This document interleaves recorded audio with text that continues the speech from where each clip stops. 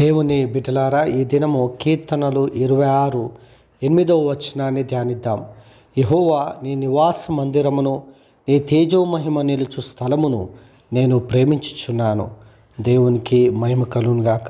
దేవుని బిడ్డలారా, దావీదు భక్తుడు దేవుని మందిరమును ఎంతో ప్రేమించినాడని మనకు తెలుసు. దావీదే మరి మందిరము దేవునికి కట్టాలని ఆశపడ్డాడు. కానీ దేవుడు తిరిగి తన ప్రవక్త ద్వారా, నువ్వు కట్టకూడదు, నీ గర్భవాసం నుండి వచ్చు కుమారుడు నా కొరకు మందిరం కట్టును అని సెలవిచ్చినాడు.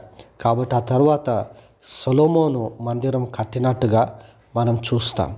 కానీ దావీదు భక్తుడు మందిరం కట్టకపోయినా మందిరానికి కావలసినంత కూడా సమకూర్చినట్టుగా మనం చూస్తూ ఉన్నాం.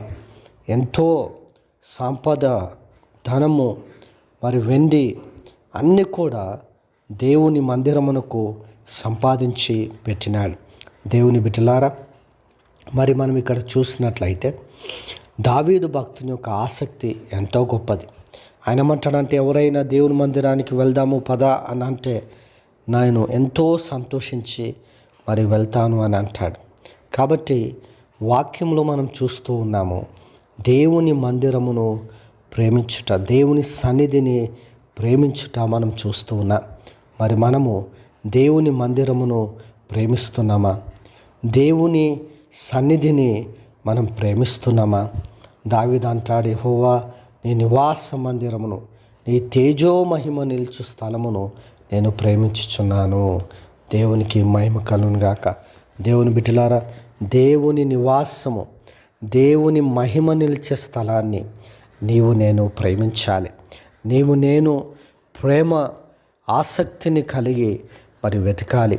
దేవుని బిడ్డలారా, దేవుని సన్నిధిని వెతికే బిడ్డలుగా, దేవుని సన్నిధిని ప్రేమించే బిడ్డలుగా మనం ఉండాలని ఈ వాక్యం ద్వారా హెచ్చరింపబడుతున్నాం. ఈ చివరి కాలంలో లోకము ఆకర్షిస్తుండగా, లోకంలో ఉన్నవన్నీ ఆకర్షిస్తుండగా దేని నువ్వు ప్రేమిస్తావో నిర్ణయం చేసుకో. దేవుని బిడ్డ, నిర్ణయం చేసుకొని నువ్వు దేవుని సన్నిధిని ప్రేమించినట్లయితే దేవుని బిడ్డ మరి మరణంలో నుండి దాటిన వారమవుతాం, జీవములో ఉన్న వారమవుతాం.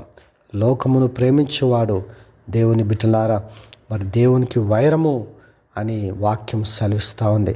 వాడు దేవునికి వైరిగా మారతాడు అని వాక్యం సెలవిస్తూ ఉంది. కాబట్టి దేవుని మందిరము, దేవుని యొక్క తేజోమహిమ నిలిచే స్థలాన్ని ప్రేమించుటకు పరిశుద్ధాత్మ దేవుడు సహాయం చేయునుగాక.